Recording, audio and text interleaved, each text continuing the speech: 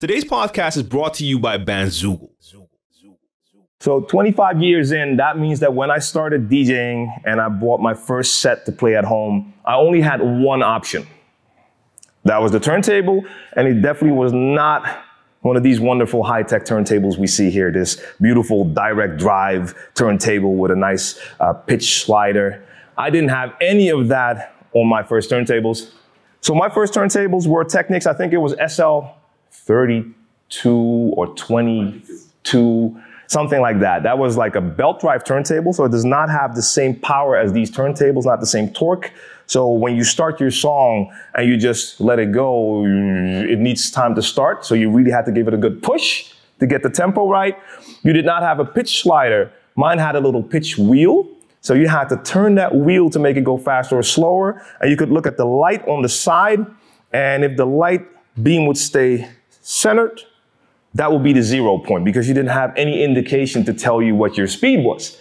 So it was kind of a limited turntable, but it worked very well for me to just get into DJing and practice. My mixer was a basic Alecto 2-channel mixer that did not have a crossfader. So you're probably all familiar with the crossfader. That's the little fader right here. It did not have that. It only had 2 channel faders and no real EQ, just one knob that would do high and low. It sounded horrible. And no real gain options either. So hardly any options, but you don't need any more than that if you want to learn the basics of DJing. So I taught myself how to beat match using that setup. I taught myself how to do my first scratches using that setup with the channel fader, and even some of the basic turntablism techniques like backspinning. I'll show you in a minute. But I used to do all of that with just that basic setup. Now, to me, that was a great way to learn. You deal with limitations, but limitations lead to creativity. Because if you don't have a lot, you're going to try to do everything to get the most out of it. And that definitely worked for me. And now just to add, I used to drum before I got into DJing. So when I was 14, I was drumming. And that helped me out tremendously when it came to learn how to DJ because it taught me everything about rhythm. So I had no mentor or teacher when it comes to DJing. I had to teach myself. But because of drumming, I had a really good feel to how it was supposed to work.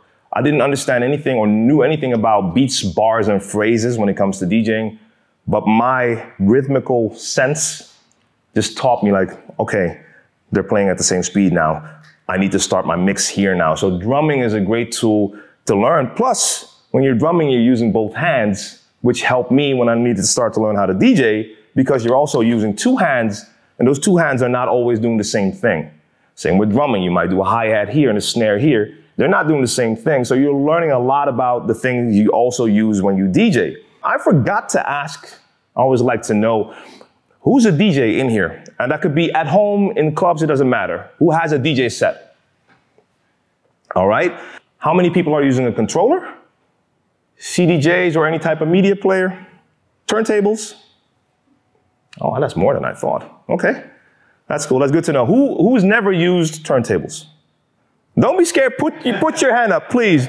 I think it's important to mention because we're living in a day and age where you have a lot of older DJs who are trying to proclaim that you are only a real DJ if you learn how to play with this or if you use this. I'm here to tell you that's complete nonsense. So please don't let anyone tell you what you should be using. So if your first piece of DJ equipment is a controller, that's perfectly fine. Like I said, I started with turntables because that was the only option. We didn't have CD players. We didn't have controllers. You only had this. And you had to go out and buy like hundreds and thousands of pieces of vinyl before you had a nice collection and could start to play. Some would call it paying your dues, but again, it was your only option. If I would start today, I would definitely start with a controller, A, because it's a lot cheaper than an entire set like this. And it's a lot cheaper now to get music. You can just join DJ pools to get music. I'll explain a little bit more about that later too. But I would probably not have started with this. Now, I might be attracted to this and move to this later. I fell in love with this. That's why I still use it. But you should never feel ashamed of what you use. Find the equipment that works best for you. I feel that's important to mention because, like I said, you still have DJs trying to tell other DJs what they should use. Do not listen to them. Use what you want to use. All right.